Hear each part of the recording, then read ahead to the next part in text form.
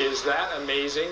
Water rushing out of Brush Creek on July 10th. Oh, come on. And Tell that is about the night of the flash flood that inundated the Southwest Boulevard and then quickly receded, but so far is the only major damage in the immediate Kansas City, Missouri area.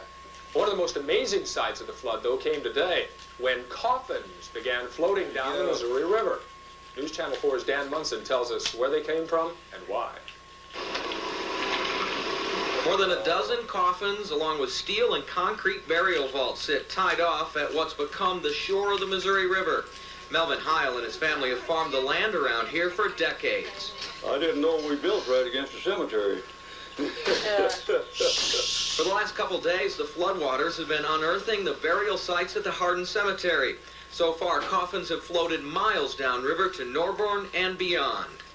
To give you an idea of just how powerful these floodwaters can be, consider this. This coffin here weighs about 400 pounds, but these concrete vaults over there, well, they check in about 1,500 pounds. And the waters carried all these coffins upwards of 10 miles from their original resting place.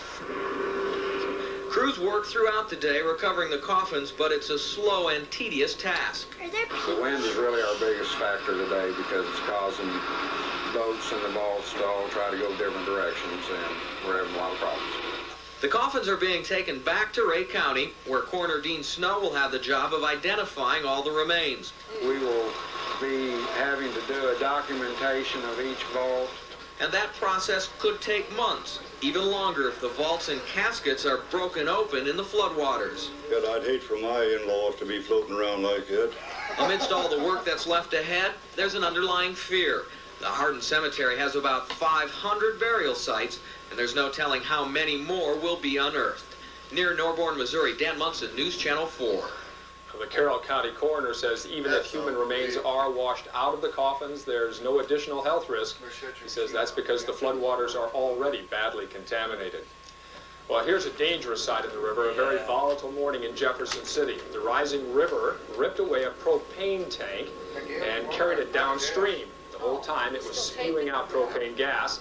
Several hundred people were evacuated in the area. The tank finally ran aground on a road where emergency crews were able to control the situation. One other note out of Jefferson City, US 63, the main road to Columbia, is closed again because of high water along the Missouri River.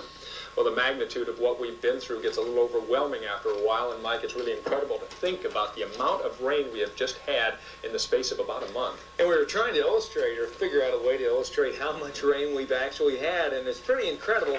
Of course, we have to base our rainfall amounts on what we get from the official rain gauge at Kansas City International Airport. If we can take a look at some of these beakers, here's the official amount so far, just a little over 4 inches for the month of July.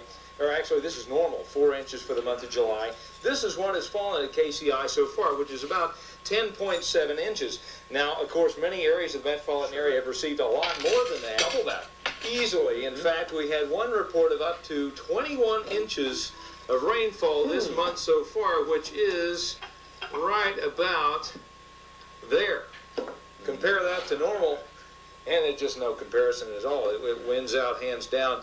And believe it or not, last July, officially, was the wettest July on record. But as you can see, unofficially, that perhaps will eclipse that now. And you add that to